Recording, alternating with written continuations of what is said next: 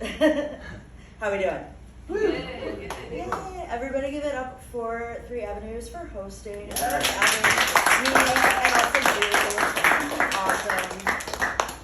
Awesome. No one gave me a time limit. I'm kidding. They did. That's fine. What something is more important than what it's called. And how we talk about things matters, so be fucking kind. This curve is an integral part of a beautiful silhouette. My scars are a map. Not this scar, though. That son of a bitch is where the body tried keeping the score for me. That's a load-bearing emotional support joke. Please. The stretch marks connect moments in time. Connect time.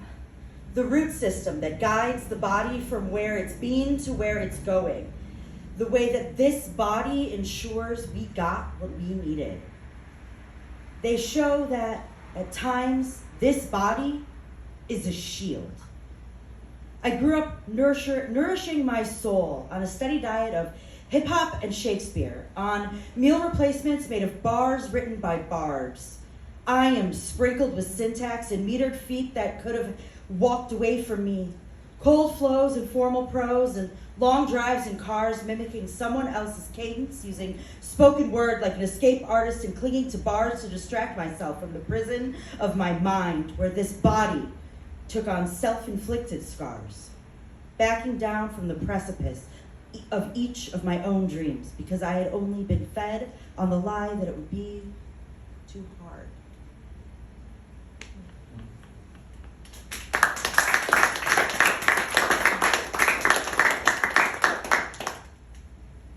Someday.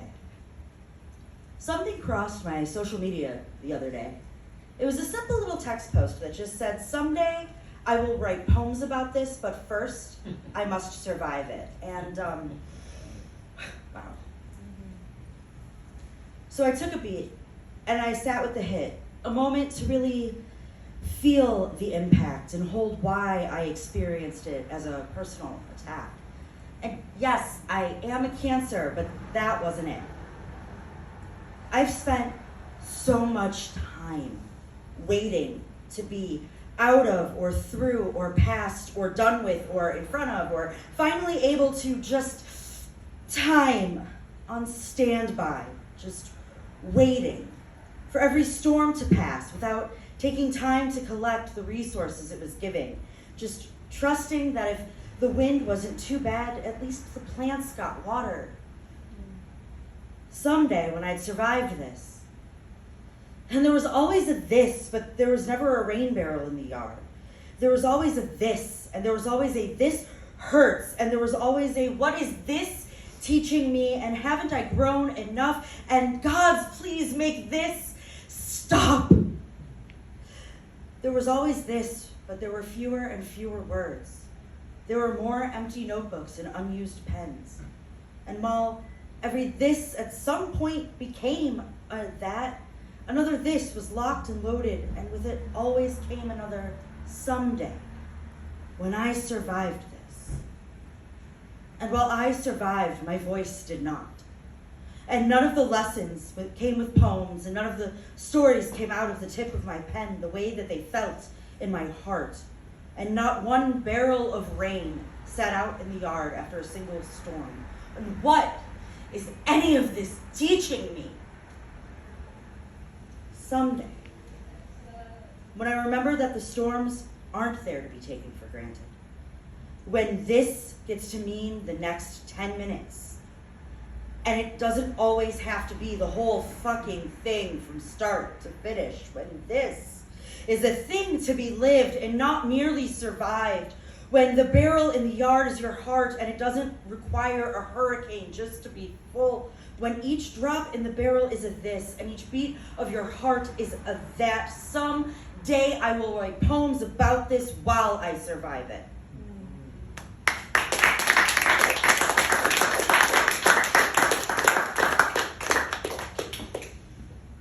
In June, I don't feel for the lust of summer. In pride, I don't feel pride. No, have awoken from the sloth of winter and found nothing but the wrath of the decades I have lived and those who have come before me boiling in my veins. I see nothing more than the gluttony of your avarice, your endless quest to profit off the oppression of the people for 30, 200, 347 days, rather than stand against it for 30 minutes. I see the vanity of your activism and it fuels my rage. It fuels it most when you stand on your platform to make people beneath you feel envy towards you so that you can line your penthouse pockets with the products that you pander for pointless profits while there are people dying in the streets. Hun, you didn't want them to take a knee because it meant that you had to think about it too much.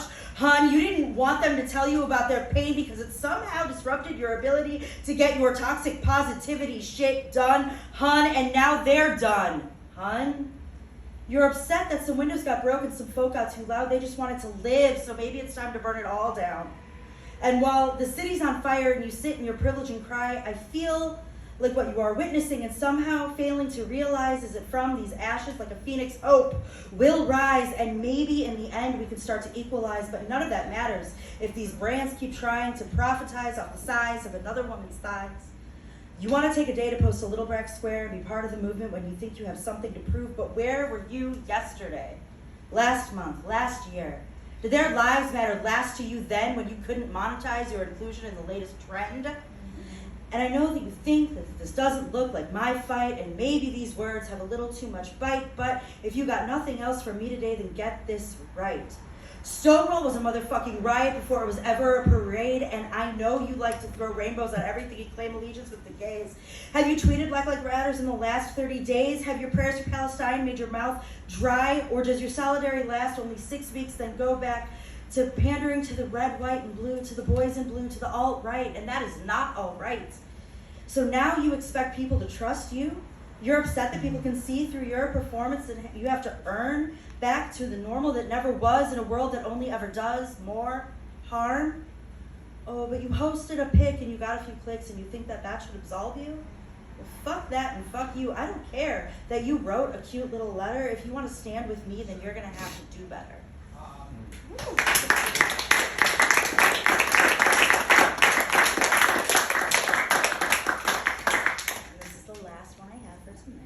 Fire and ice.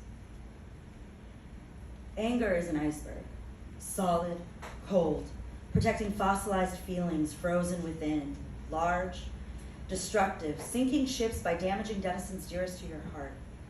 Magic and adjacent and always there, above the sunlight zone for all to see.